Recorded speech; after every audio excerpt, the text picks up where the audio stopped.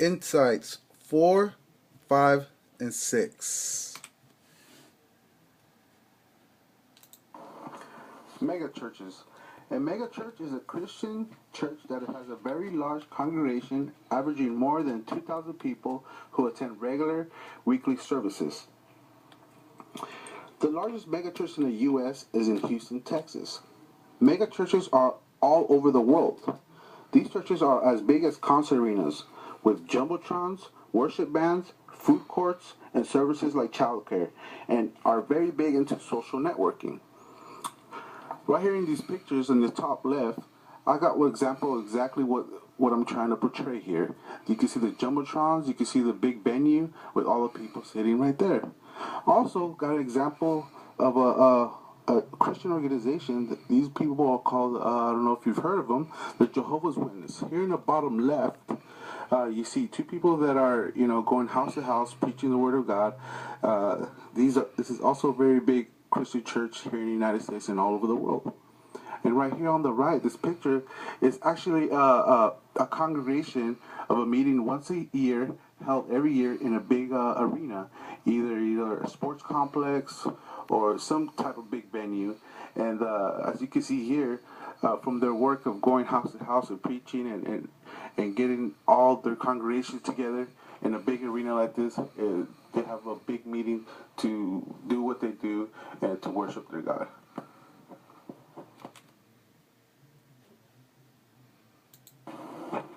Formal education describes the learning of academic facts and concepts through formal curriculum. Informal education is considered a right and responsibility for all citizens, with curriculum and testing designed to learn the facts and concepts that society believes are basic. This would include preschools to high school, universities, and college, or any recognized institution teaching courses. Right here in these pictures, in the top left, is one of your generally out-of-the-mill formal institution building, which looks like, I believe, is a high school. This is generally how all formal institutions look like if you're attending public schools or private schools or universities or such things like that. Now here also, in the bottom left, we see two kids attending school. As you can see, they're wearing uniforms. Fortunately, there's a lot of schools that are wearing uniforms to keep them basically all looking the same, making sure one is not wearing better clothes than the other, or a gang-related situation, or whatever the situation is. Now a lot of schools are wearing uniforms. In the right-hand corner, you see a teacher with the students and how they're interacting in a formal education type setting.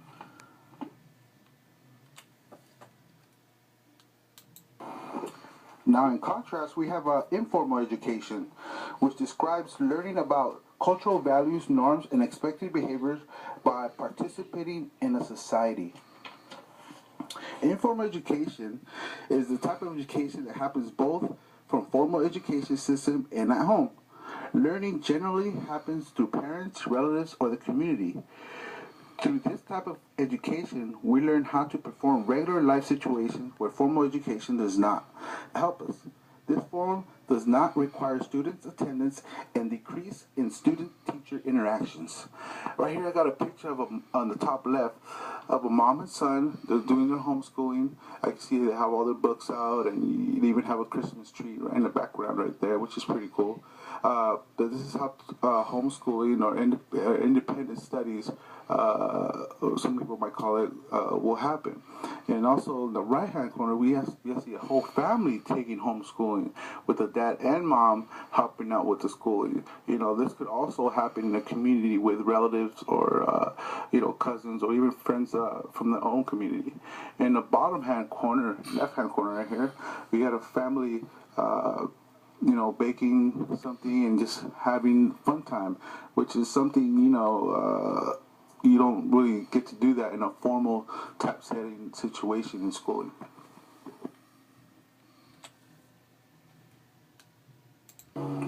Capitalism is an economic system in which there is a private ownership as opposed to state ownership, and where there is an impetus to produce profit and thereby wealth.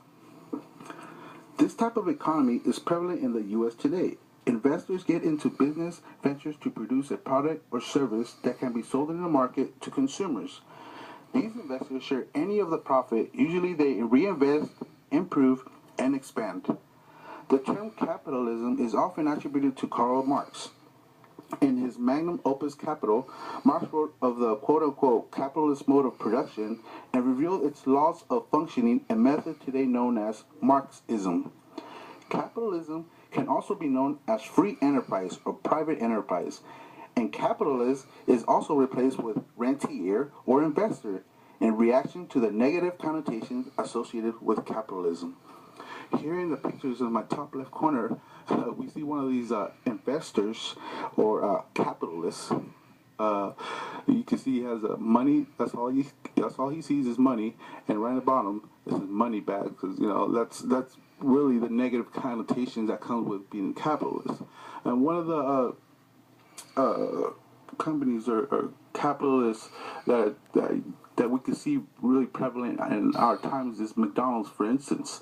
Here we have in the top right corner McDonald's in United States. It looks like everyone knows McDonald's, but they're also at McDonald's here in Japan, which means they improved and expanded on their business venture. And another type thing that also expanded and just blew up out of control is Starbucks. Here in the bottom right corner is a Starbucks in China. And who would ever think that there would be Starbucks anywhere else but in the U.S., but there is. And actually, there's actually a controversy going on over there that the Starbucks in other countries are more expensive than here in the good old U.S. of A.